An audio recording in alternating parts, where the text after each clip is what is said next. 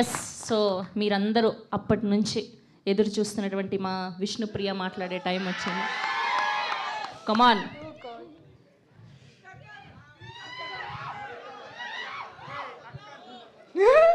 అందరికీ నమస్కారం.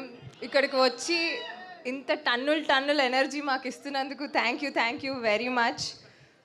రంభా ఉర్వశి మేనక, నాకు ఈ ఆపర్చునిటీ రావటం నిజంగా ఒక డ్రీమ్.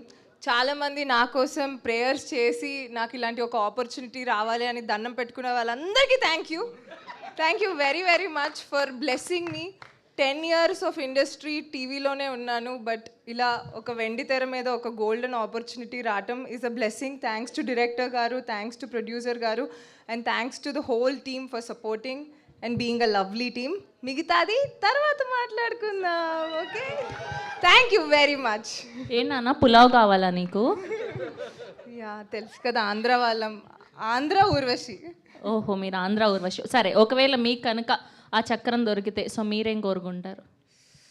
నాకు మోక్షం కావాలి. ఏం మోక్షం నానా?